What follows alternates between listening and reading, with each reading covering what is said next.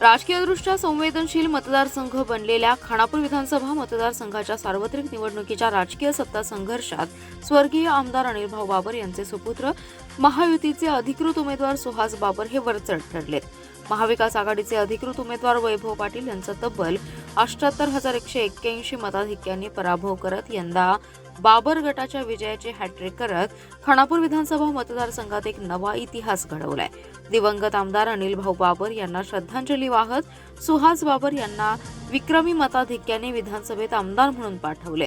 फेरीनिहाय निकाल जाहीर होत असताना बाबर समर्थकांनी फटाक्यांची आतिषबाजी करत गुलालाची उधळण आणि जोरदार घोषणाबाजी करत विजयोत्सव साजरा केलाय।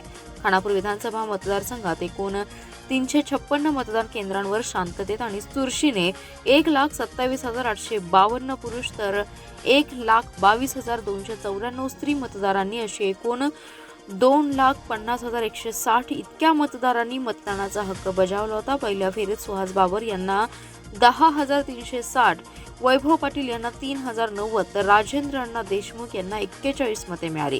पहिल्या फेरीत महायुती शिवसेना गटात शिंदे गटाचे सुहास बाबर 7,270 मतांनी आघाडीवर राहिले। महायुतीचे शिवसेना शिंदे गटाचे उमेदवार सुहास बाबर हे एकूण 78,117 मतांच्या मताधिक्याने विजयी झाल्याचे निवडणूक निर्णय अधिकारी तथा प्रांताधिकारी डॉ. विक्रम बांदल यांनी जाहीर केलं। फेरीनिहाय निकाल जाहीर होताच बाबर समर्थकांनी आमदार सुहास बाबर, जिल्हा बँकेचे संचालक अमोल बाबर, तानाजी पाटील यांची पारंपरिक वाद्याच्या निनादात आणि डीजेच्या ठेक्यावर फटाक्यांची आतिषबाजी करत गुलालाची उधळण आणि जोरदार घोषणाबाजी करत विटा शहरातील प्रमुख मार्गावरून विजयी मिरवणूक काढून एकच जल्लोष केलाय। विधानसभेच्या निवडणुकीमध्ये आज या ठिकाणी विधानसभेच्या निवडणुकीचा निकाल लागला आणि मला असं वाटतं की आम्ही ज्या वेळेला प्रत्येक नागरिकांना, प्रत्येक मतदार बंधू भगिनींना भेटलोय त्यावेळेला जी जाणवलेली गोष्ट आहे ती प्रत्येक मनोगतात व्यक्त केली होती की ही निवडणूक लोकांनी हातात घेतलेली आहे। आम जनतेनं निर्णय केला होता की सुहास बाबरला त्या ठिकाणी विजयी करायचं आहे। माझ्यासाठी राबणारे अनेक ज्ञात अज्ञात हात आहेत, कार्यकर्ते असतील, माझे सगळे सहकारी असतील, माझ्या कुटुंबातले सदस्य असतील, आदरणीय अध्यक्ष असतील, सगळी मंडळी ह्या मतदारसंघातली खऱ्या अर्थानं भाऊंच्यावरती प्रेम करणारे, आमच्या कुटुंबावरती प्रेम करणारे सगळी लोक इतक्या ताकदीनं, इतक्या क्षमतेनं त्या ठिकाणी काम केले। माझे गलाई व्यावसायिक हे दुबईपासूनचे जे गलाई व्यावसायिक फक्त मतदान करण्यासाठी या ठिकाणी आले होते। विक्रमी मतदान झालं होतं आणि त्या सगळ्यांच्या आशीर्वादानं खूप मोठा विजय, ऐतिहासिक निकाल या विधानसभेचा लागला आहे। खऱ्या अर्थानं लोकांनी धनशक्ती आणि काम याच्यामध्ये काम निवडण्याचा निर्णय घेतला, त्याचा प्रत्यय तुम्हाला विटा शहरामध्ये पण आला आहे। गेल्या 5 वर्षामध्ये भाऊंच्या माध्यमातून झालेल्या कामाचा कौल विटाच्या शहराच्या जनतेने दिला आहे। आटपाडी तालुक्यातली सगळी आम जनता असेल, खानापूर तालुक्यातली, विसापूर सर्कलमधली ही सगळी लोक गट तट पार्टी विसरून सगळ्या पक्षाचे आदेश बंधनं झोकारून माझ्या पाठीमागे राहण्याचा त्यांनी निर्णय घेतला।